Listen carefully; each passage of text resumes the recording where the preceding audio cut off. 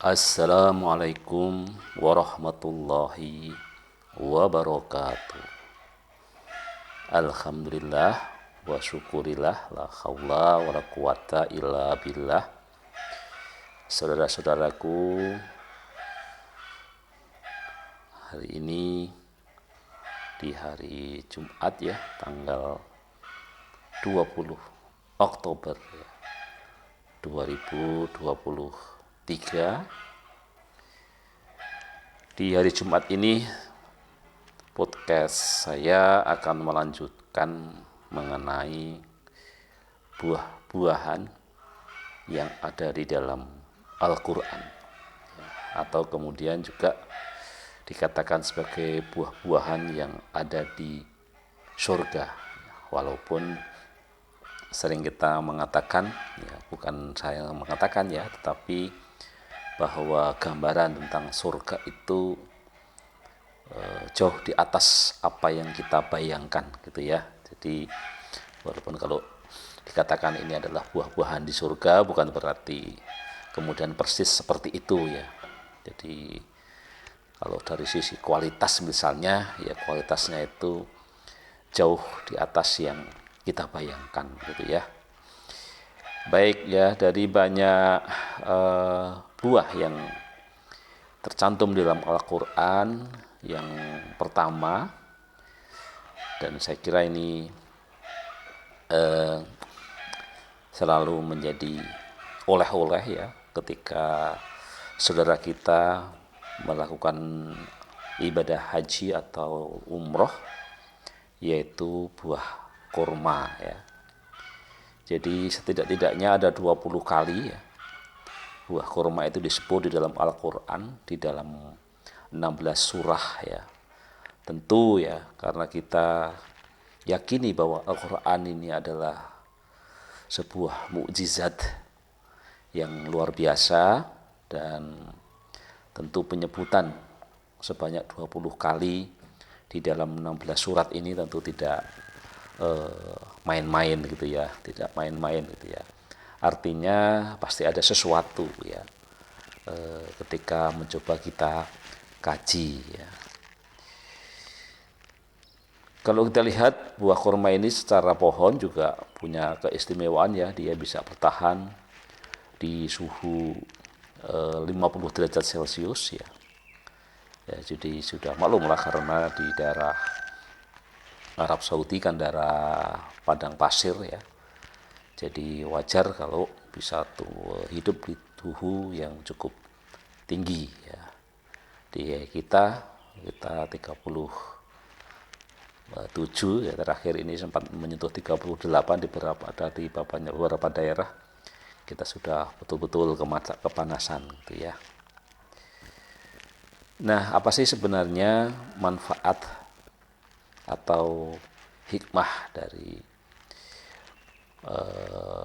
buah kurma ini ya? Jadi yang pertama ini dari perspektif Al-Quran ya, itu diterangkan di dalam surat Maryam ayat 23. Kemudian rasa sakit akan melahirkan memaksanya bersandar pada pangkal pohon kurma. Dia, Maryam, berkata, "Wahai, betapa baiknya aku mati sebelum ini, dan aku menjadi seorang yang tidak diperhatikan dan dilupakan." Ya, Quran surat Maryam ayat 23. Jadi di sini kita lihat ya bahwa pohon kurma ini menjadi sandaran saat Maryam ini akan melahirkan gitu ya, sehingga manfaat dari kurma ini seringkali yang pertama dari si Al-Quran itu adalah berhubungan dengan hal-hal yang berhubungan dengan peristiwa kelahiran gitu ya.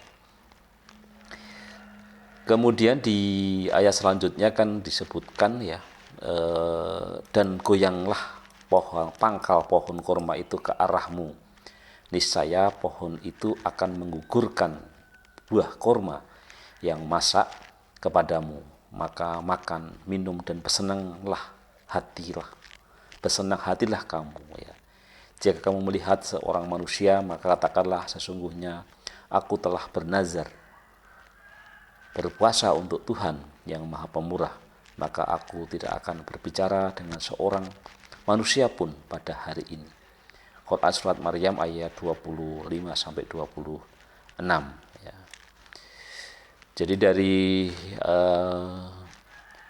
ayat itu ya banyak orang menafsirkan ya, kalau kita berpikir secara logika ya, orang melahirkan ini kan tentu saja badan sedemikian letih ya, lelah letih ya, kemudian disuruh menggoyangkan pohon kurma gitu ya. Jadi kalau kita bilang akal sepertinya tidak masuk akal gitu ya.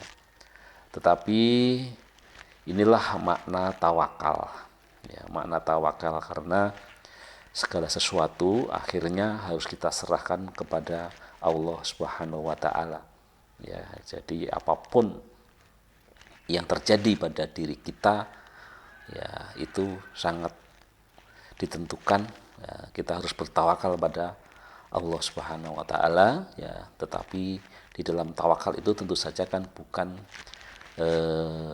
kemudian kita langsung pasrah tanpa sebuah usaha gitu ya. Jadi sekecil apapun itu usaha ya, termasuk tadi diminta untuk menggoyangkan pohon kurma, itu wujud dari bahwa sudah lakukan saja, nanti Allah yang akan mengaturnya. Jadi inilah makna tawakal yang sesungguhnya gitu ya. Jadi tidak kemudian tanpa ada apa-apa upaya gitu ya. Jadi termasuk hal-hal yang keajaiban itu yang saya rasakan adalah ketika mengajari anak untuk menghafal Al-Quran gitu ya. Jadi bapaknya nggak hafal-hafal, anaknya bisa hafal gitu ya. Dan itulah saya teringat bahwa yang membuat hafal itu bukan bapaknya ya, bukan teori-teori yang ada, tetapi Allah Ta'ala saja gitu ya. Jadi kita jalani aja itu proses, dan tetap saja kita berdoa dan bergantung kepada Allah Subhanahu wa taala. Nah, berkenaan dengan peristiwa kelahiran tadi, maka beberapa manfaat dari kurma menurut Al-Quran, yang pertama adalah memperlancar proses melahirkan gitu ya. Kemudian ada mencegah pendarahan rahim gitu ya. Kemudian memperlancar ASI dan mengobati kemandulan gitu ya. Dan yang keempat, memberikan tambahan tenaga bagi yang lemas, letih dan lesu. Sedangkan dari perspektif hadis ya, banyak juga manfaat dari perspektif hadis tentang pohon kurma itu, atau buah kurma itu, bukan pohonnya ya. Yang pertama, meningkatkan daya kecerdasan ya. Kemudian menghindarkan orang dari bahaya racun dan sihir ya. Ini yang di riwayat Muslim ya, barang siapa mengkonsumsi kurma ajwa ya pada hari ini, pada pagi hari, maka pada hari itu dia tidak akan terkena racun dan sihir ya. Kemudian sebagai vaksinasi dengan kurma yang sering kemudian populer dengan di teknik ya. Tentu saja kalau dalam perspektif kesehatan ya, teknik ini jangan dilakukan pada bayi yang di bawah 4 bulan ya, karena kita mengenal yang namanya ASI eksklusif ya. Bahkan sekarang 6 bulan, jadi ya harusnya setelah 6 bulan gitu ya. Jadi bukan tentu saja hal seperti ini tidak usah dipertentangkan ya. Selalu saya punya pedoman bahwa kita makan itu kan harus halalan dan toiban. Jadi ilmu pengetahuan mengatakan, dan saya kira ASI juga nanti ada tinjauan sendirilah, di Islam sangat dianjurkan sekali gitu ya. Jadi kalaupun mau tadi kurma itu ya dikasihkan setelah bayi usia 6 bulan gitu ya. Jadi boleh-boleh saja, tidak dilarang gitu ya. Kemudian dapat menjadi bahan makanan pokok ya. Jadi ketika tidak makanan yang lain ya, inilah makanan pokoknya kurma ini ya.